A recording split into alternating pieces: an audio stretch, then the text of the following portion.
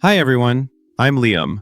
Today, we're going to follow the incredible, high-speed journey of a single stock trade. It all starts with a simple tap on your phone and ends with you becoming a legal owner of a company. So, how does it all go down? I mean, it's something millions of us do, right?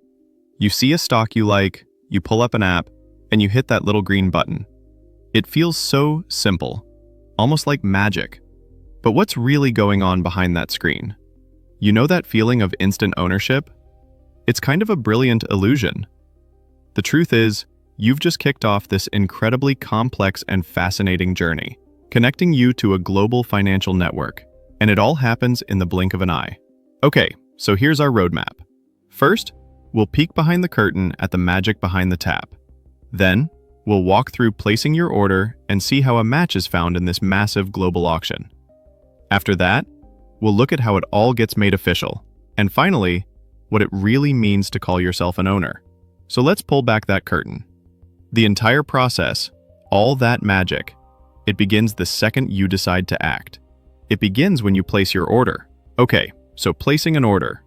This is basically you telling the market exactly what you want to buy. But who are you actually talking to here? Who receives this instruction? Well, you're not calling up Tesla to buy a share directly. You're sending your order to a broker. Think of companies like Fidelity, Schwab, or Robinhood. They're your licensed intermediary, your agent in the marketplace with the legal authority to go out and make trades for you. All right, but you've got choices on how you tell them to buy. You can see the two main types here. A market order is all about pure speed. It's basically you shouting, "Get me this stock now," at whatever the best price is. But a limit order, that's all about control. It's you saying, "Hey, I'm interested, but only if you can get it for this price or better." Now, for our journey today, we're going to follow that market order. We want that stock, and we want it now. Okay, so your broker has your order. What happens next? Well, they don't just have a stash of shares sitting around. They have to go find someone who's selling. And to do that, they send your order out into a massive global auction. Your order gets routed to a stock exchange, like the New York Stock Exchange or the NASDAQ. And this quote here just nails it. Think of them as giant digital auction houses. This is where millions of buy and sell orders are all meeting up, every single second. So, inside this massive digital auction, the computers are trying to make a match. And on one side of that equation, you have the bid. This is just the absolute highest price any buyer, anywhere, is willing to fork over for that stock right this second. And then, on the flip side, you've got the ask. This is the rock bottom, lowest price any seller is willing to accept to let go of their share. The whole market is just this constant tug of war between these two prices. And here's where it gets really cool. The difference between those two numbers can be tiny.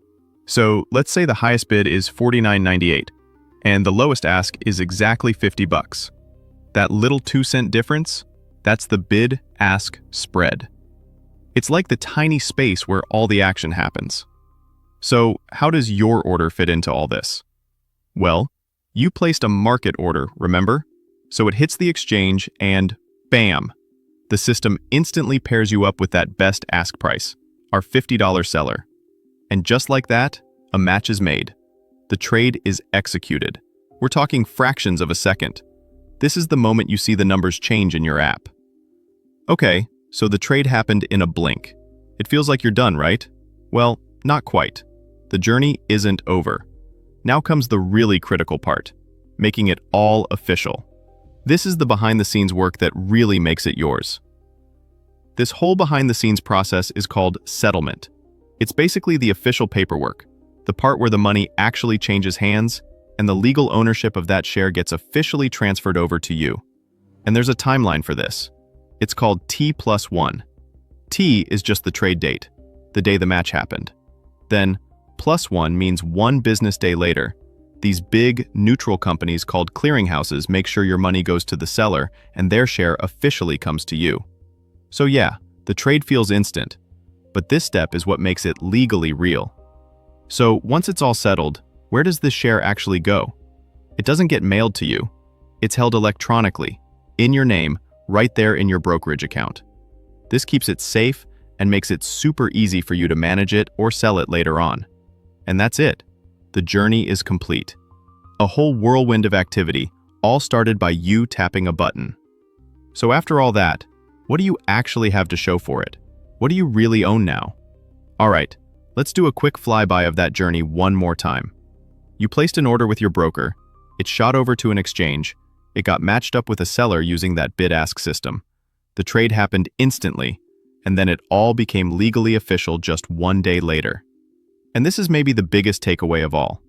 You don't just own some numbers that go up and down on a screen, you own a real, legal slice of a business. A tiny piece, sure, but it's yours. It's a claim on their stuff, their buildings, their future profits.